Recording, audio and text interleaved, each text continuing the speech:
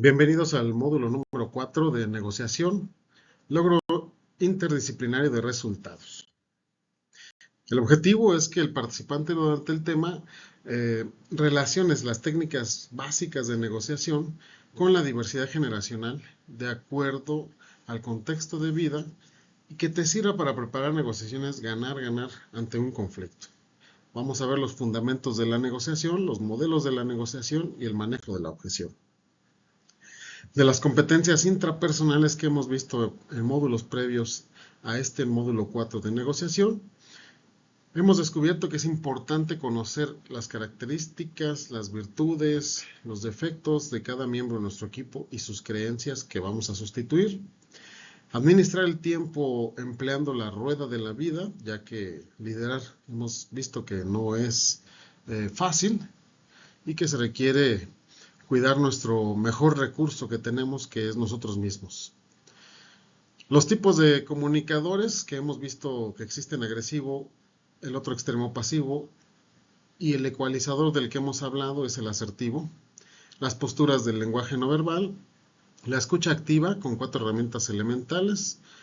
Hemos hablado también en el módulo de comunicación que un diálogo más una discusión, entonces va a venir o forzosamente tendrá que venir una negociación. El cubo de la experiencia es una herramienta que vamos a utilizar en este módulo. Pensamiento lateral, la reflexión de cómo analizar problemas, ya que aquí vamos a partir de la idea de que cuando en un problema ya hay un involucramiento,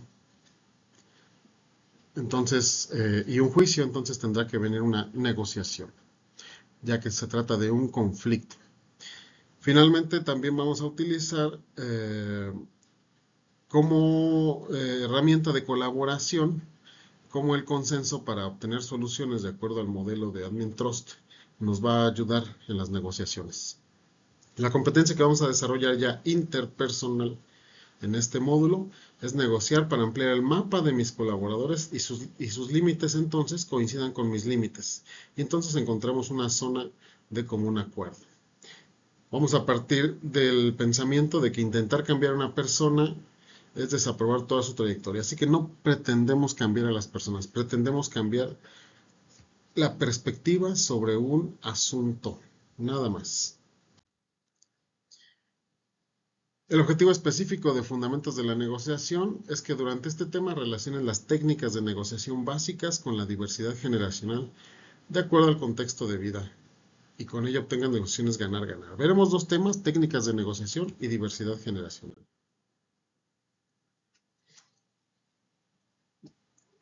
Bueno, pues en los años 900 antes de Cristo, en el reino de Israel, pues hay una escritura en la Biblia, independientemente de las religiones de las que cada quien tenga creencias.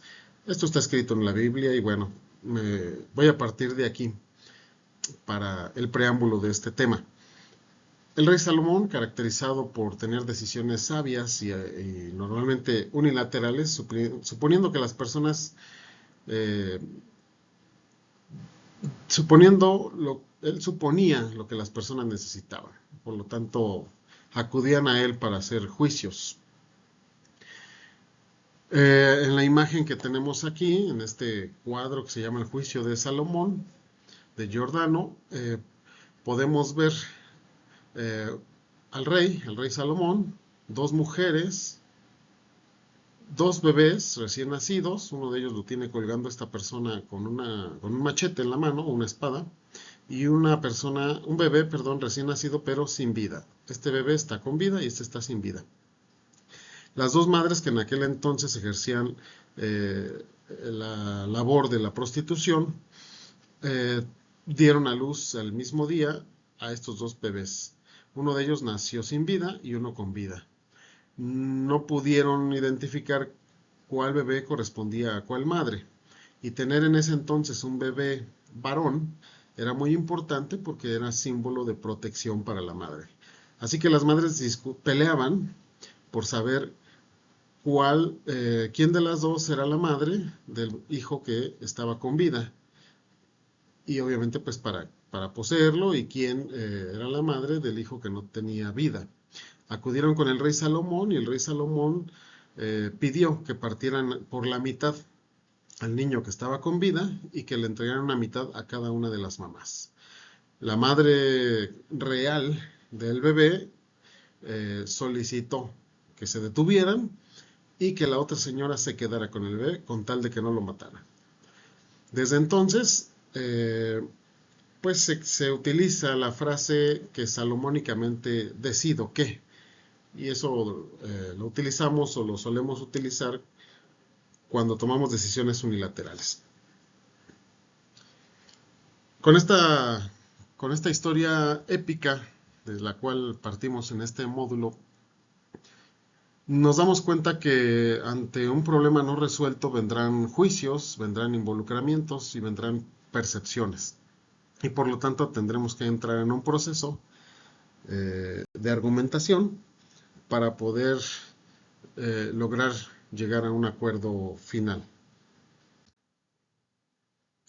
Negociar, después de tomar extractos de definiciones de diferentes autores, podríamos decir que es un proceso mediante el cual las personas confrontan sus diferentes perspectivas sobre un problema y consiste en buscar un acuerdo mutuo a través de comunicación en toda su extensión. Cuando decimos comunicación en toda su extensión, nos referimos a todo el lenguaje verbal, escrito, no verbal. Por ejemplo, si vamos en la calle con nuestro vehículo y tenemos un incidente, chocamos con otro vehículo, tenemos un problema. Pero el problema ya tiene una solución. Si ambos vehículos tienen un seguro contra accidentes, simplemente se aplica el procedimiento del seguro contra accidentes y el problema está resuelto. Suponiendo que no hay nada que lamentar. Pero si no se aplica el procedimiento del seguro, entonces vamos a tener percepciones diferentes, vamos a tener involucramiento y vamos a tener juicios. Por lo tanto, vamos a tener que negociar. Y esa negociación puede ir desde una conversación hasta los golpes, probablemente. Y a eso me refiero con negociar a través de la comunicación en toda su extensión. No que nos vayamos a los golpes, sino más bien evitarlo. Un acuerdo mutuo debe de ser beneficioso para ambas partes involucradas. Si no va a haber beneficio para alguna de las partes, tal vez no vale la pena negociar. Eso es algo muy importante porque negociar no debe de ser de gratis. Negociar es considerado un arte y llega a ser un talento valioso entre la sociedad. Aquí cito este libro del negociador y más que el libro, su autor, Arturo Elías Ayub, porque hago esta pregunta: ¿cuánto vale el trabajo de negociador para alguna organización? En este caso para Telmex, Elías Ayub es la persona que negocia la compra, entre otras cosas, la compra de empresas de comunicación para Telmex. Es decir, negocia con personas o socios para comprarles su patrimonio, para cambiarles la vida. Es una negociación que no es nada fácil. Por lo tanto, podemos decir que en las organizaciones negociamos para vender, para comprar, utilizar, repartir, solicitar, disolver, detener. Es decir, negociamos todo aquello que no está escrito. Lo que está escrito no se debe negociar porque ya está escrito. Continuando con Elías Ayub, bueno, pues él dentro de este libro narra que entre el 2001 y 2005 una de sus negociaciones más exitosas fue cuando fue presidente del patronato de los Pumas de la Universidad Nacional Autónoma de México, el equipo de fútbol soccer, y en aquel entonces había severos problemas con la afición que se caracterizaba por violencia. Y por lo tanto hubo abandono por parte de la afición, de las familias, en los partidos de fútbol y teníamos estadios vacíos. Elías Ayub se dio la tarea de negociar con las líderes principales de las porras, encontrando sus objeciones, sus argumentaciones, llegando a buenos acuerdos y finalmente logró regresar a las familias al estadio de fútbol.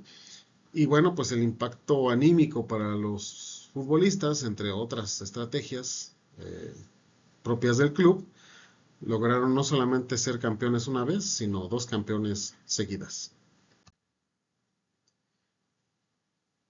John F. Kennedy decía que no negociamos por temor, pero nunca temamos negociar. Si nos preparamos, si tenemos claro lo que vamos a negociar, no hay por qué tener temor. Nosotros afirmamos que las negociaciones nos ayudan para generar credibilidad ante un conflicto. Una vez que es comprobada la credibilidad, negociar ya se vuelve un hábito día a día. Recordando del módulo 3.2, que es un problema, un problema es una situación, ¿verdad? Cuando un proceso se ve detenido en alguno de sus pasos o en alguna de sus secuencias por la presencia de uno o más obstáculos que nos están impidiendo llegar a lo planeado. Y entonces, ¿por qué negociamos ante un problema? Bueno, pues para resolver un problema, siempre que la solución ya involucra a otras partes, o siempre que en este problema se presente un conflicto, es decir, algo que no está escrito. Y también negociamos para atender una necesidad nueva, cuando ésta no está satisfecha o se requiere innovar en el mercado. Entrar a negociar cuando no hay un conflicto es crear un problema donde no lo hay. Si el problema tiene una solución y además está escrita, no es necesario negociar. Simplemente se tiene que recurrir a la instrucción o al procedimiento de la solución del problema. Esto lo podemos ejemplificar con una garantía. Cuando compramos un artefacto en una tienda de autoservicio que vende algún producto y maneja un sistema de garantías en tienda, pues si nos llevamos el producto y no funcionó como esperábamos y regresamos a la tienda, hay una persona que nos va a recibir el producto, la garantía, el ticket de compra y simplemente nos va a decir, por favor, tome otro. Es decir, ante lo que podríamos pensar que es un problema, tiene una solución ya preestablecida. La persona que recibe el producto y la garantía, el empleado de la tienda o la empleada de la tienda, no va a involucrarse en el problema, ni tampoco va a hacer juicios sobre el uso del artefacto. Simple y sencillamente va a aplicar la solución del problema, que en este caso se llama garantía, y seguramente hay políticas de garantía en la cual fueron capacitadas. Imagínense ustedes que en vez de utilizar el procedimiento de la solución del problema, emplee juicios, se involucre emocionalmente en el problema y empiece a discutir con el cliente. Tendríamos que tener personas capacitadas en negociación, como Elías Ayub, para que cada vez que se presente una situación como esta nos ayude a tener una buena negociación, lo cual sería incosteable. Y además no siempre se obtendría el mismo resultado, ya que dependerá de la contraparte, que en este caso sería cada uno de los clientes. Con esto debe de quedar claro entonces que los problemas no se negocian, los problemas se resuelven con metodologías o con procedimientos o instrucciones escritas, y si no los hubiera, entonces tendremos que entrar a negociar. Una vez que hemos negociado, lo más recomendable es aprender de la experiencia y escribir un procedimiento o una instrucción para futuros problemas de este tipo.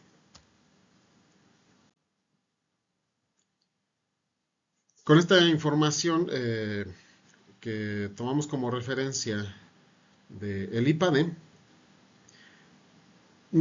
podemos ayudarnos a confirmar lo que decíamos anteriormente.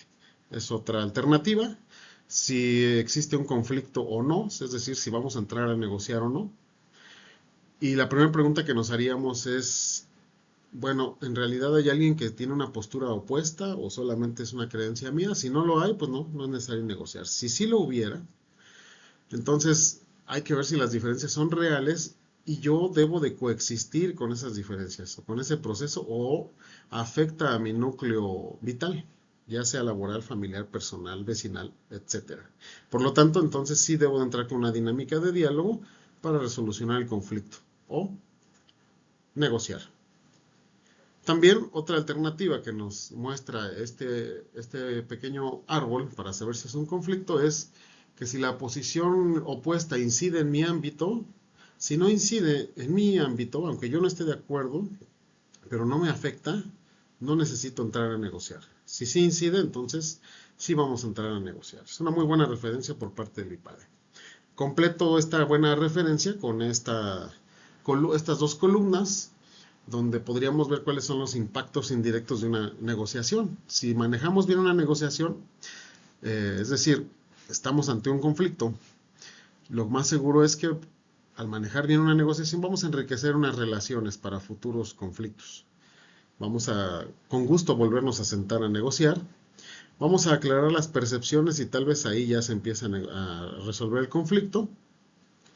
Bien manejado es referirnos siempre al deber ser.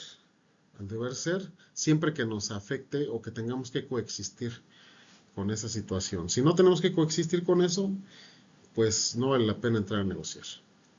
También crea valor, crea alternativas nuevas y como les decía en la diapositiva anterior, podemos crear un nuevo procedimiento o un nuevo instructivo que ahora le da más valor a nuestra organización. Y finalmente, al manejar bien una negociación, nos da credibilidad para que en el futuro las negociaciones sean menos extensas. Una negociación mal manejada, por el contrario, provocaría distanciamiento para que no volvamos a intentar volver a negociar con esas personas. También genera juicios si nos llevamos creencias equivocadas o creencias propias. Dividirá opiniones que posiblemente hagan que ya no volvamos a coincidir en el futuro. Definitivamente, en vez de generar valor, nos va a restar tiempo, nos va a absorber, y no nada más tiempo, sino recuerden que como lo veíamos en el módulo 2, el tiempo es vida, y la vida es energía, es autoestima, es salud. Así que no vale la pena restar tiempo por algo que no va a llegar a un buen acuerdo. Finalmente, en vez de generar credibilidad al involucrarnos en un problema que no era un conflicto, pues nos va a generar desconfianza. La pregunta va a ser, bueno, ¿por qué quieres que las cosas sean así si a ti ni siquiera te involucra? Ejemplo de una negociación básica, ir a solicitar un aumento del sueldo y conseguirlo, pero salir con el resultado de que ahora tienes un poco más de actividades, lo que van a hacer que tu jornada laboral se extienda. La pregunta que nos haríamos es si la persona que fue a solicitar ese nuevo acuerdo se planteó bien el objetivo y la meta. Como parte de los objetivos y las metas, se deben de contemplar las condiciones que deseas cambiar. Debes de tenerlas perfectamente claras. ¿Y en qué grado? ¿En qué porcentaje? ¿En qué cantidad? Las condiciones que esperas mantener, en este caso, pues yo espero mantener pues mi horario laboral y las condiciones que estás dispuesto a ceder. Tal vez no necesariamente extender mi jornada laboral, pero sí podría aprender nuevas herramientas que me ayuden a ser más eficiente en mi trabajo. De esta manera responderé mejor a las posibles contrapropuestas que vayan derivándose en cada negociación. El negociador debe tener claro los objetivos y metas de la negociación. ¿Cuáles son las condiciones que quiero modificar? Cuando Elías Ayub negoció con la afición violenta de los Pumas de la Universidad Autónoma de México, la condición que él quería modificar es de tener estadios vacíos y violentos, tener estadios llenos de familias y armonías. Lo tenía clarísimo. ¿Y cuáles son las condiciones que estás dispuesto a ceder o renunciar? Elías Ayub en su libro utilizó varias estrategias que puso en la mesa para ceder a las porras, tales así como un lugar especial para ellos. Si los objetivos no están claros, se sugiere esperar con el cuidado de no postergar, ¿verdad? Si en este momento no tienes claros los objetivos, regresa, plantéalos y pide una nueva cita. Solamente debes de tener cuidado de no postergar y eso lo vamos a ver al final de este módulo. Las técnicas de negociación. Vamos a empezar con unas técnicas básicas de negociación y para eso es muy importante tener en mente que nuestro cerebro funciona con dos hemisferios. Es decir, si lo partimos a la mitad como una nuez, el hemisferio del lado izquierdo es un hemisferio que funciona de manera convergente. ¿Qué significa esto? Que busca soluciones apegadas a lo que está escrito, a lo que está en lógico, a lo que está sistemático. Por ejemplo, un pensamiento sistemático es que en el ejemplo de la garantía, si era de 30 días y hoy es el día 31, no hay nada que negociar. Lo siento, así está escrito. Y se basa en los hechos para ofrecer respuestas concretas. La otra parte del cerebro funciona de manera divergente, es decir, es más creativo. Desarrolla diversas ideas con originalidad, como alternativas de solución, y es muy importante este hemisferio del cerebro. Ejemplo, cuando es 10 de mayo, pues lanzar una promoción de 15% de descuento en celulares. Ese tipo de ideas u otras mejores son las que arroja esta parte del cerebro. Son ideas y normalmente son ideas que crean valor. Por lo tanto, la primera técnica de negociación que vamos a ver en este módulo se basa en la siguiente fórmula. Primero que nada, basarnos en los hechos. ¿En qué está afectando el conflicto al proceso? Ya vimos que si hay un involucramiento o no está escrito, o hay juicios, entonces estamos hablando de que el problema tiene un conflicto y por lo tanto habrá que negociar. Después, una vez que analizamos los números y los datos firmes del planteamiento del conflicto, vamos a generar ideas, encontrar diferentes alternativas de solución y no irnos con la primera, sino que tener en la mente que siempre una segunda idea va a ser mejor a la primera. La fórmula nos dice que después aterricemos esas ideas en el beneficio mutuo y se recomienda escribirlas para poder aterrizarlas en nuestro hemisferio izquierdo y saber si la idea que estamos proponiendo tiene sentido para ambas partes. Y de esta manera, lo más probable es que lleguemos a un acuerdo. Y esta es la fórmula para la técnica de negociación básica.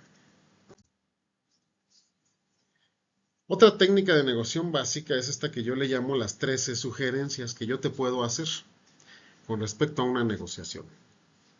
Pero estas 13 sugerencias se aplican una vez que ya estás frente a la contraparte. La primera de ellas es la comunicación no verbal bien manejada. Desde tu postura, tu mirada.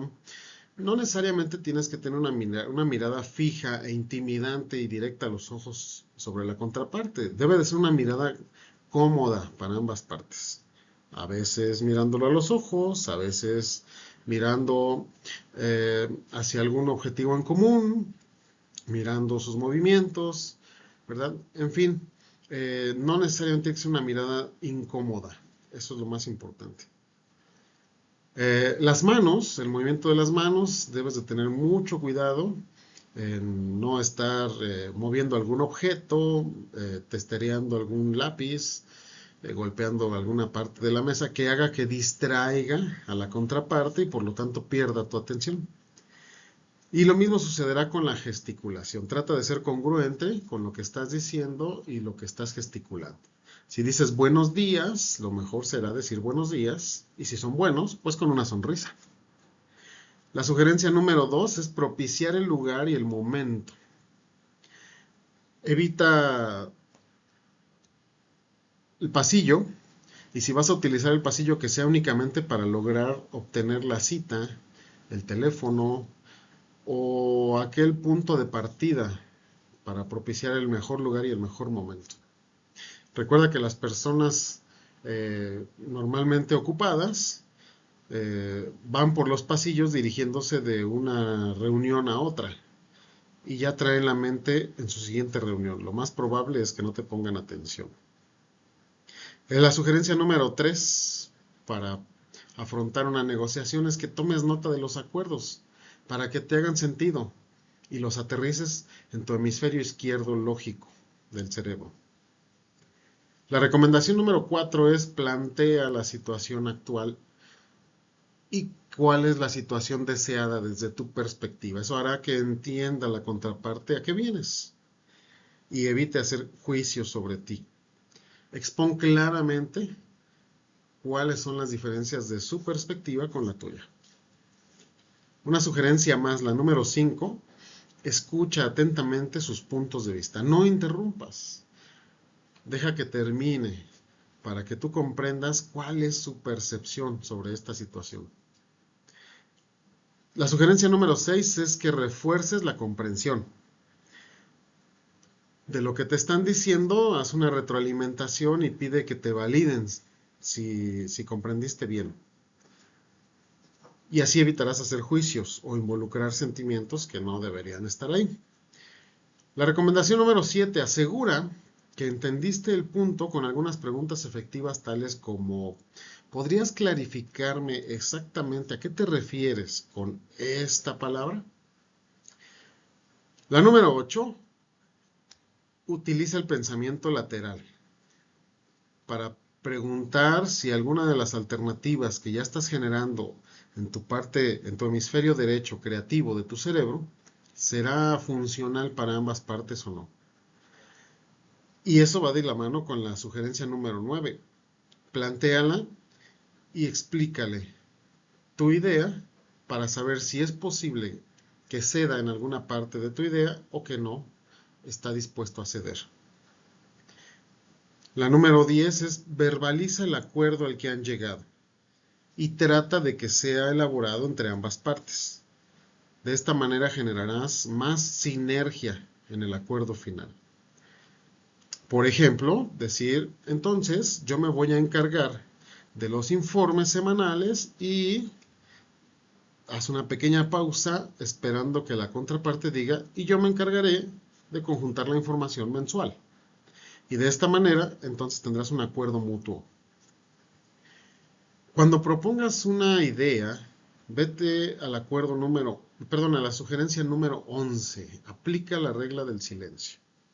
Si ya planteaste una idea y estás esperando la retroalimentación, espérala. No plantees una idea sobre otra idea, porque no vas a dejar que la otra persona asimile tu planteamiento. Si planteas idea tras idea y no hay una retroalimentación para ti, estás planteando muchas ideas y tal vez estás desperdiciando cartuchos. Finalmente, cualquiera que sea la decisión o el acuerdo, felicita y agradece el tiempo que le dedicó la contraparte a este proceso de negociación. Y no te preocupes si no hubo un acuerdo final con el que tal vez te habías planteado para decir que tu negociación tendría éxito. Si tu meta fue muy ambiciosa, probablemente no se logró, pero si tenías metas más pequeñas, estoy seguro que algunas de ellas sí se lograron. Así que has dado el primer paso y mantén ahí la negociación, y a eso se llama estancamiento, y que no es malo. El estancamiento es que ahora tienes más información y que ahora has dejado un canal de comunicación abierto con la contraparte para volverse a sentar a negociar. Y seguramente en el segundo esfuerzo, como dice Vince Lombardi, vas a lograr nuevas metas. Pues bueno, estas son las primeras técnicas de negociación que vemos en este módulo, y esta última se llamó mis 13 sugerencias para afrontar una negociación.